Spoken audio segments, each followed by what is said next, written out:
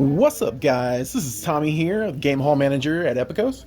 We're going to start doing some deck techs today, and I really want to showcase some stuff that we're doing for formats that are coming up, like Pauper, 1v1 Dual Commander, anything like that.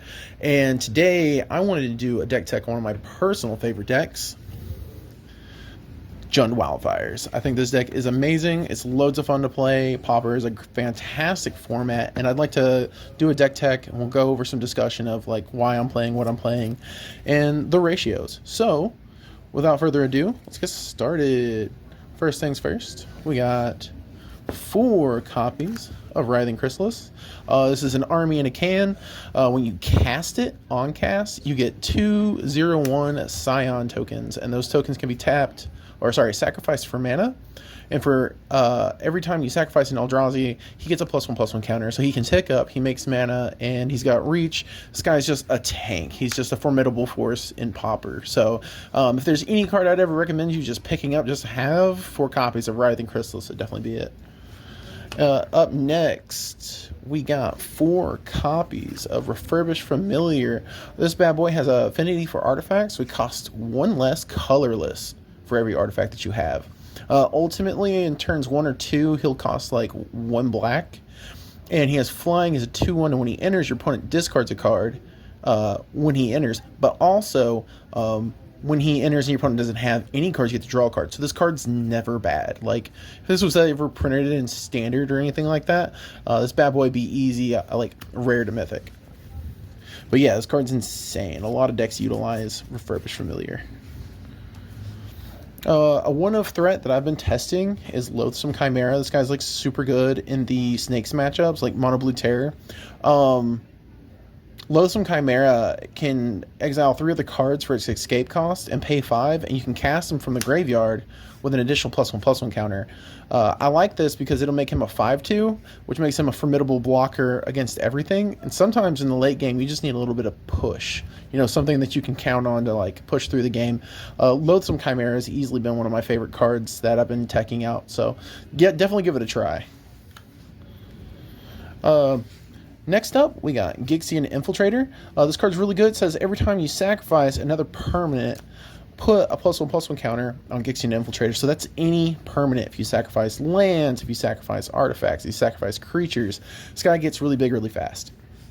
Some lists run 4 copies, some run 3. I think 3 is fine. I went with 2 because I just don't want to brick a handful of them. I'm more of a, how do we put this? Like a consistency kind of guy in terms of like, I don't ever want to brick. You don't ever want to see 3 to 4 of these in your hand. But if I ever just drew 2, I think I'd be fine with it, because then I would see the other cards to really make these guys pop off. And so that's our main monster lineup for Jund Wildfires. These guys are pretty good. There's a lot of like synergy amongst them. You don't really see it up front, but when you get into the other engines, you'll definitely see the synergies then. Like, between this one and this one, the Gixian Infiltrator will tick up with Writhing Chrysalis for the Scion sacking for mana. It's just so cool. Alright, up next, we got some of the deck's engines. I run 2 copies of a Blood Fountain. Blood Fountain is a fantastic card. It's one of those cards that you also want to see, but you don't want to see too many of, so I only run 2. It also just coming in with a blood token to be able to cycle through your cards and get you to other plays is really fantastic. And getting 2 dudes back from the graveyard to keep, grinding into matchups, also fantastic. The unsung hero of the synergy with the deck is that if you play this on turn 1 and then you get the like blood token with it, then you can play a Refurbished Familiar for like 2 or 1 mana, and this card really helps that pop off.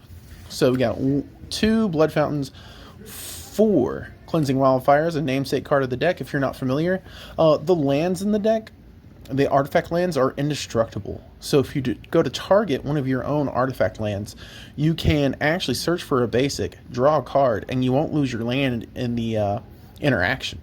So this card is insane. If you play one of these on like turn 2, you are pretty much set up for the rest of the game. And if you follow up with like either 1 to 2 more copies of this card in the early game, you just get so far ahead in mana that it just feels like you're just going to win. It's just a very strong card. Alright, for the next part of our engine is our sack draw card. So our draw 2s are Eviscerator's Insight. I run 1 with the flashback because having the flashback makes us like 2 copies of the same card, and late game it's a great grind card. And then we play 4 copies of Fanatical Offering. Fanatical Offering is the predecessor to Deadly Dispute. If you don't know, Deadly Dispute got banned because, you know, generating a mana, drawing 2 cards, and basically only costing 1 effectively is pretty busted. But Fanatical Offering has filled in that spot pretty well because it leaves a map token after it gets done doing its job. So it's still leaving an artifact. So you can chain these guys into each other after you play the first one. Next up is Ichor Wellspring. So some lists run 4 Ichor, 3 Ichor, and 1 Limbus, or multiple Limbus and no Ichor Wellsprings. I like Ichor Wellspring better. The gain 3 life and scry card off Limbus is nice, but I actually don't like these shuffling back in because you get into the late game pretty often with this deck. And I'll be honest with you, I don't really like drawing any of the extra cards. So I prefer Ichor Wellspring over Limbus. Limbus is a card that shuffles back in, and the gain 3 life is really not that significant. If you are playing against the burn matchup, the game 2 is your game. We don't worry about like game 1. I like the fact that this deck has a wider spread of matchups. So Ichor Wellspring is a 4 of is my personal preference. And that's all the engines. The Wildfires is super fun to play with. And this right here is the heart and soul of the deck, alongside all the draw 2s and the engine, the artifact engine. It's super fun. Next up, our removal. Cast Down, and for those who don't know, if it's ever reprinted in common, you can still play the uncommon versions. It's just legal for those who don't know. So if you're looking at this video funny, you're like, why are there uncommons in this video for Pauper? So a Cast Down destroying target non-legendary creature is amazing in this format because there's actually not until recently we even had legendary creatures. This is just 2-drop destroy target creature, and even then a lot of the legendary creatures haven't been really good, but we do run 4 of these. I am huge on removal in this format because not interacting with somebody can make or break whether or not you're going to win that game. And speaking of, next up in that removal suite, we have 4 copies of Galvanic Blast. This card is busted. It is a stronger lightning bolt. More often than not, this bad puppy it's online by like turn 2, more often than not. And being able to pay 1 mana, do 4 damage to a creature with 4 toughness is huge. And sometimes, watching different players' playstyles, they'll just sandbag these. They won't play them the whole game, and they'll play a lot of the draw 2 spells until they get close enough around the 12 life range, 8 life range, and then 2 of these to finish off the game. It's a strong card. It's like mandatory. It's like the format's Path to Exile, if you will. It's like if you play red, you play any artifacts, you play Galvanic Blast. Next up, speaking of any artifacts, 4 copies of Tithing Blade. I never leave home without Tithing Blade. This card, in my opinion, is one of the most underrated removal spells of the format. So, when Tithing Blade enters, your opponent sacrifices a creature. That's huge. Like, I don't like Buckles matchups. I don't like Voltron matchups. I feel like they're cheesy. I feel like creatures like Talarian Terror having Ward 2, and sometimes you just can't play around it. Sometimes on your opponent's turn, you'll try to like chip away at their creatures, they'll counter you and all this other stuff, and then on your turn you just play a Tithing Blade. You might see a counter spell, but that's at worst. I would say that playing this into all your open mana and your opponent at best having like a Spell Pierce, this card's amazing. It gets around Hexproof, it gets around Bogles. Also, the backside, when you craft with a creature, which means like any creature that's like a token or even in your graveyard can fulfill the requirement. You pay 5, and it turns into a life gain, life drain to your opponent on every upkeep. And this can actually win you attrition matchups. Like if you're playing the mirror match in any capacity, having more of these means you're more likely to grind out that game and win. And for the last couple of cards, we got some one-ofs of Makeshift Munitions. This card's insane. It's also one of those cards that you don't want to see multiples of, but when you do see it, it's really hard to play around. Not a lot of decks have an answer to this, and this card is amazing against elves. aggro matchups, mono white weenie, anything like that, because being able to sacrifice an artifact and do a damage to something is huge. This guy also synergizes heavily with our Phyrexian infiltrators, because being able to sack the board on your opponent's end phase, tick this guy up equal to the amount of stuff that you just sacked, and then turn around on your turn and being able to smack your opponent for the amount of damage equal to what you sack plus the 2 is like, he gets huge, and this card is nuts. But again, it's not something you want to run maybe more than 2 of. I run 1 because there's a lot of draw 2s in the deck, and I think this works just fine. And then for the last one, I run 1 copy of Nile Spellbomb. I don't think there's anything wrong with running more than like 2 or 3, but I prefer 1 because it's really just a cantrip, and Exile in Graveyards is prominent in the main board for the game. So you can go with 2, but my preference is 1. Alright, on to next, our mana base. We run the 4 of Slagwood's Bridge, which is an artifact land. This artifact land is indestructible, along with 4 copies of Draw's Forge Bridge. So what we want to do is we want to guarantee seeing the red mana pips for our Cleansing Wildfire, so we don't play the green-black one. But these lands are indestructible, so anytime that you play the Cleansing Wildfire, you target this, you go get you a basic, and you draw a card, and you get to keep the land. So this is like a superior version to, I want to say, Growth Spiral, if you're familiar with it. You get to pick the color fixing you want, you get to draw a card, and you just get to accelerate so fast. So you run 8 artifact lands that are indestructible from Modern Horizons 2. So Draw's Forge Bridge of 4 and Slagwood's Bridge of 4, to me, mandatory for the deck to be able to pop off. So we run 4 of these. And then we also run 3 copies of Vault of Whispers.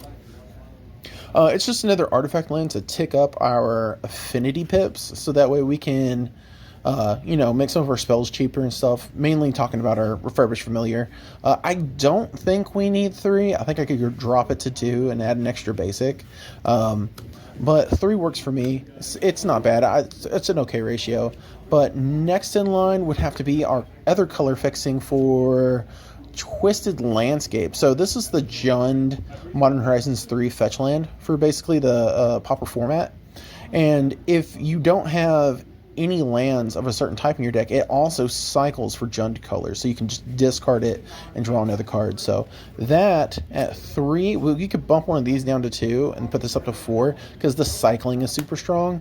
But I don't know, I have mixed feelings about maybe the affinity, making sure that my familiars come down early and making sure that they are cost reduced at a proficient time. But other than that, this is what I've had success with so far. Up next is our basics, just 4 swamps and 1 of each of Forest and Mountain. So 4 swamps because the deck is predominantly black, and then like as we play the game and you Cleansing Wildfire or you Twisted Landscape to go get your basics, you just grab these as needed. More often than not, you need these 5, but we get this sometimes because they'll interact with our multicolored lands, and we really do need that green pip for, our Writhing Chrysalises. So that finishes off the mana base, and then that would be it for the main deck. So let's go into the sideboard.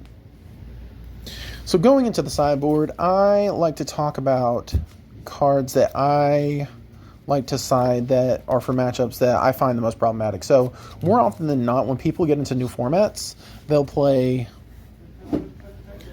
all sorts of burn decks, like aggro and things like that. And burn in Pauper is like super strong. I think having to side in the house against them is proof that maybe there's not a tier 1 deck in Pauper, but there is like some decks stronger than others, and I would say mono red burn, radness, or black red radness is definitely a top contender for that. But for my sideboard, I like to side in the house against them. So 3 Weather the Storm. You gain 3 life for every spell that was cast that turn because it has Storm and gain 3 life. And that includes your opponent's cards. So whenever your opponent's popping off playing a burn deck, they can basically feed you your 3 life back, discounting almost all the burn damage they're doing. So these are super helpful. They've helped me win my burn matchups. You have to play these. That's just mandatory. If you play any green deck, you have to play these for the burn matchup. And if your locals is looking to expand, and like create a Pauper scene, you definitely want to put these in the sideboard for green decks, because half the people there are going to pick up something that they feel like is easy to like just play, and Burn's usually one of the first ones. So this is huge. You really need these. Up next for the Burn matchup, these are kind of modal. Pulse of Moroz is also really good against the other attrition-based matchups where it can grab creatures or lands back from the graveyard.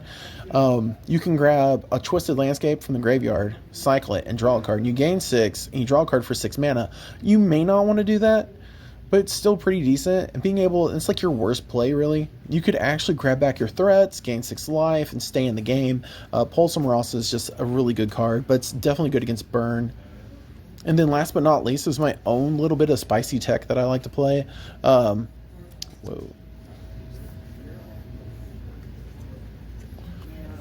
Play Quiet Despair.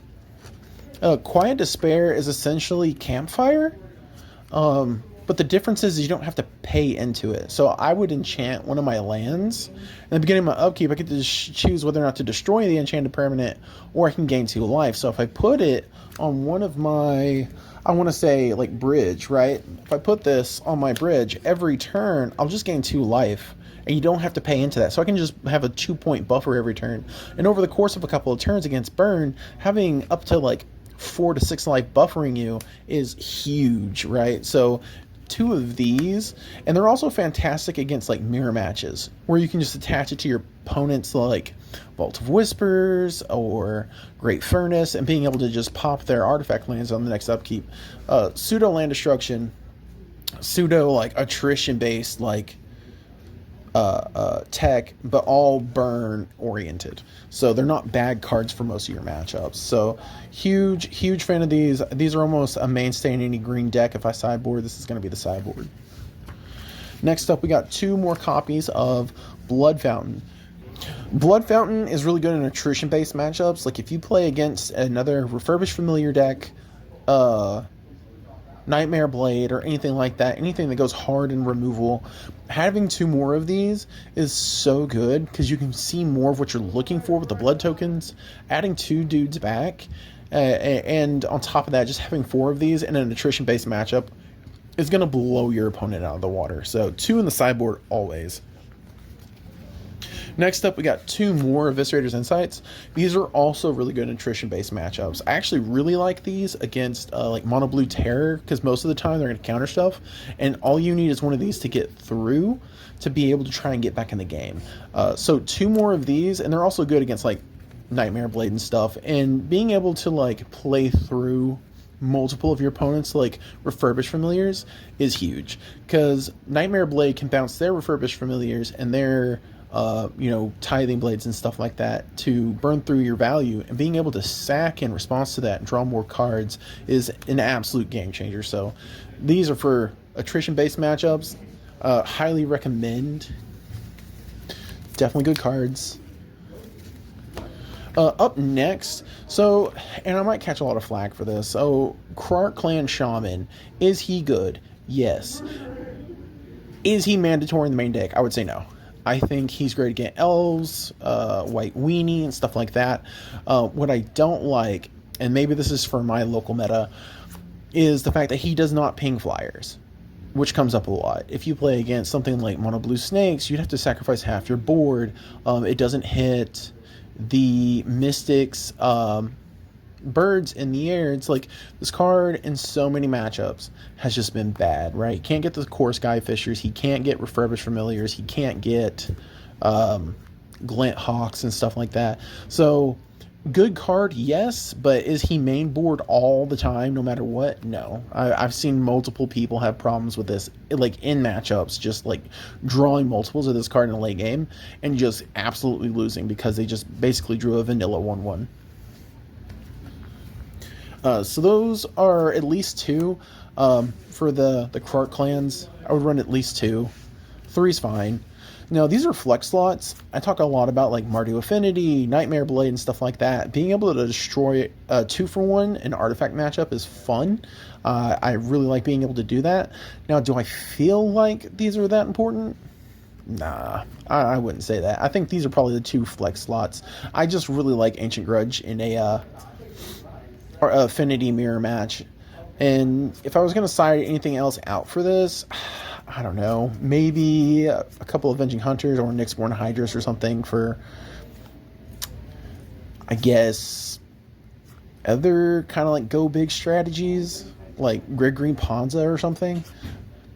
And maybe if I'm only running 2 of the Kark clans, I might just run Breath Weapon or something like that, which I might actually switch that over to now that I think about it. But yeah, this is the flex slot. Not a bad card. All right, guys, and I want to thank you guys for watching the video and being a part of what Epicos has got going on. So, like, we're going to be doing more deck techs, talking about more card games. We're going to be doing openings of sealed product and, you know, bringing more guys to you guys. And, like, I'm really passionate about doing this. We're going to do deck techs for players who top. We're going to do deck techs at random for players just in the shop.